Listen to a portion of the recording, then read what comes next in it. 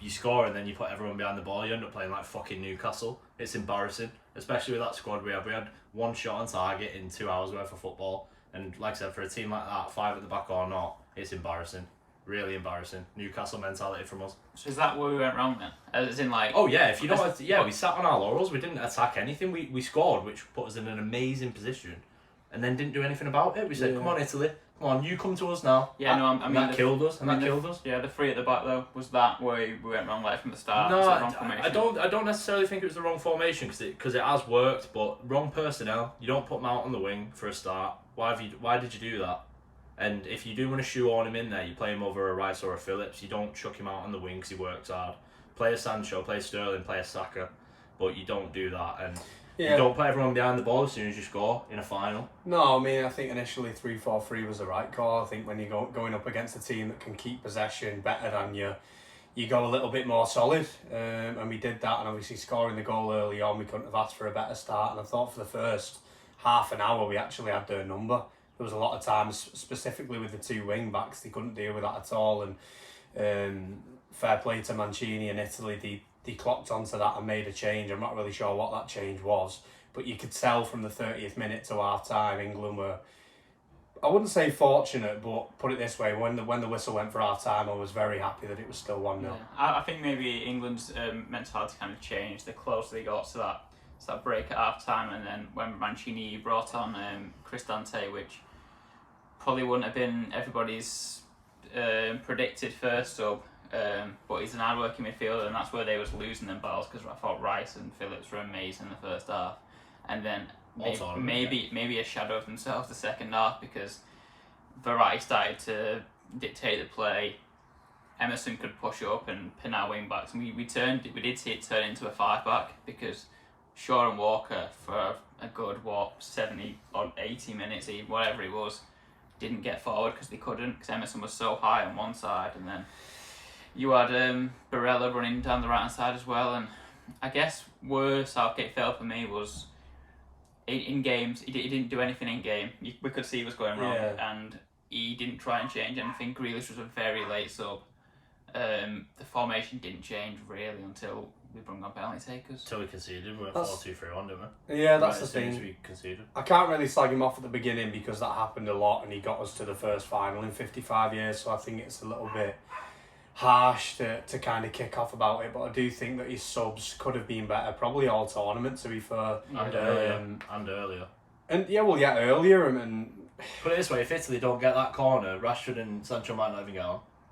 Well, there's that. I mean, that late, it was in the 120th minute. And I said to I can't even remember who it was, but at full time I said we should get Rashford and Sancho on now. Half an hour here, let's try and pin them back. They're going to be tired. They've gone to extra time twice. Obviously we have as well, but they've gone to penalties in the semi-final as well. Let's just go for it, because if we could get something going, then the crowd gets up. You get a bit of a second wind, and you might pin them back for half an hour. But it just seemed to me, I don't actually remember either side really having a shot in that extra time. So it's again, like, it's difficult for me to kick off about him being maybe a little bit too conservative, because maybe we wouldn't have got to the final without him being conservative. So I think you can't really say, oh, why didn't he go for it in the final with half an hour left, because he didn't go for it at any point, so you're not going to go for it then. But I do think it's a little bit difficult asking anybody to come on the pitch, with and not kick a ball and then be asked to kick a ball.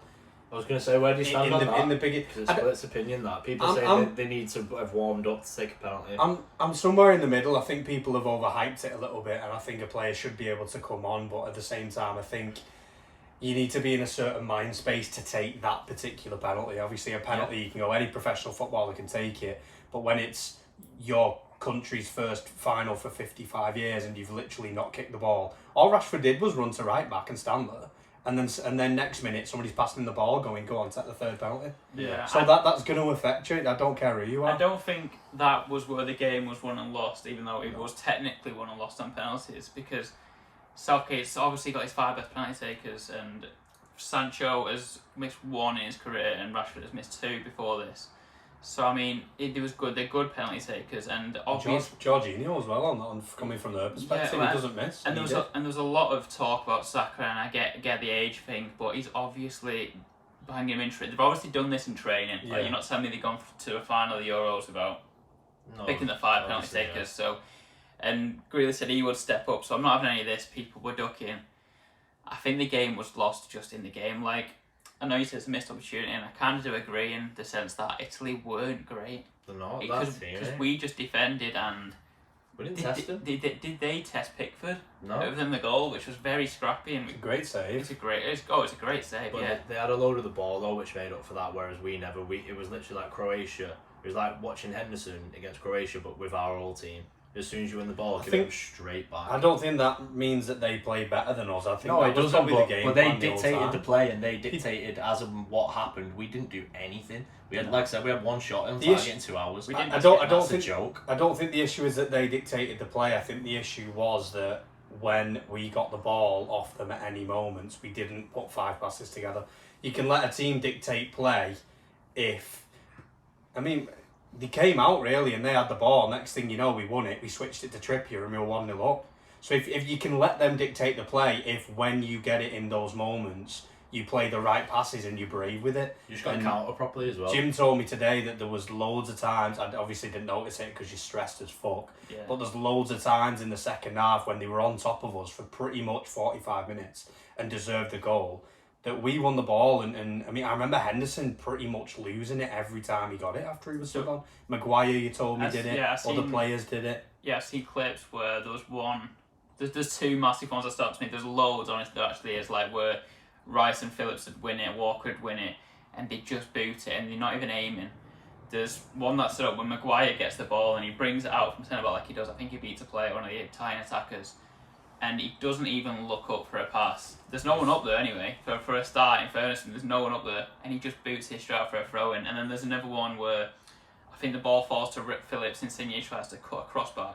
And Phillips has it and he's not even pressed. He has like a good 5 seconds and Mount is literally stood there like this, like, give me the ball. Phillips doesn't even look at him, whacks up to Kane. Yeah. Keelan obviously wins the header because that's what he just But- bets. And then Mount's just like, But I suppose, Cut, does that not bring us full circle to the subs? If you're seeing your team struggle to get out like that, and you've got Rashford on the bench, you've got Sancho on the bench, legs, a lot of pace, comfortable on the ball, is that not when you go, right, let's get them 2 up and try and turn it over quickly? Take a risk and say, you two, you don't track your men, you stay up and we ask them questions. They can either stay with you or when we get it, we're 2v2 against their centre-backs. Yeah, and to answer your question, that's the difference between a world-class coach and Mancini, who went in at half-time and said, this is what's going wrong, and this is how we're going to fix it. Because initially he thought, and he came out and said this, I thought England were going to go toe-to-toe for us, and when they scored straight away, I shit myself, I'm paraphrasing, but I shit myself.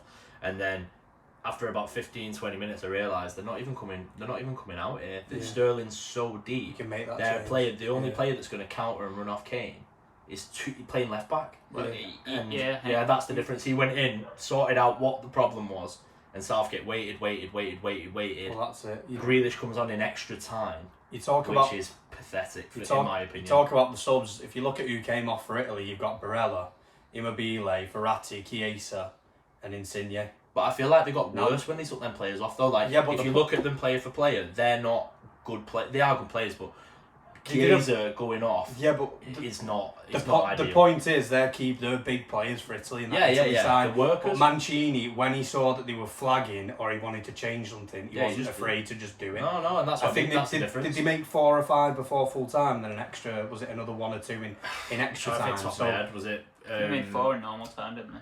yeah, Belotti came on. but those are 4 big Yeah. subs. Immobile wasn't doing out, he took him off and went with no striker. Verratti looked tired, he brought him off, and do you know what I mean? These are Yeah. big calls in And a like- big game. And like, And I just think that maybe England and Southgate well, they did. They came up short, unfortunately. yeah, they did. And just last thing on that,